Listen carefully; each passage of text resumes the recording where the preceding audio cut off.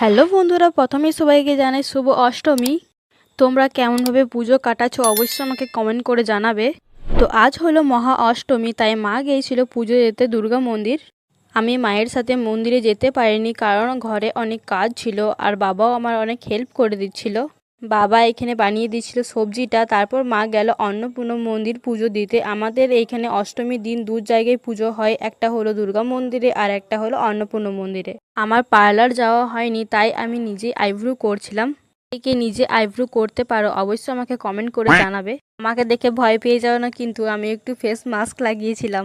তারপর মা ও আমি দুজন মিলে বানিয়ে নিলাম লুচি। আমার বাবা অনেক সুন্দর রান্না করে, তাই আজ বাবা সবজিটা বানিয়েছিল আর সত্যি বলতে অনেকটা টেস্টিও হয়েছিল। আমি খাচ্ছিলাম তখন বাবা আমার সামনেই বসছিল, তাই আমি এক্সপিরিয়েন্সটা আরও একটু বেশি দিচ্ছিলাম। তারপর আমি ও আমার মা দুজন মিলে বানিয়ে নিচ্ছিলাম স্যাও। অনেক বেশি গরম ছিল আজ।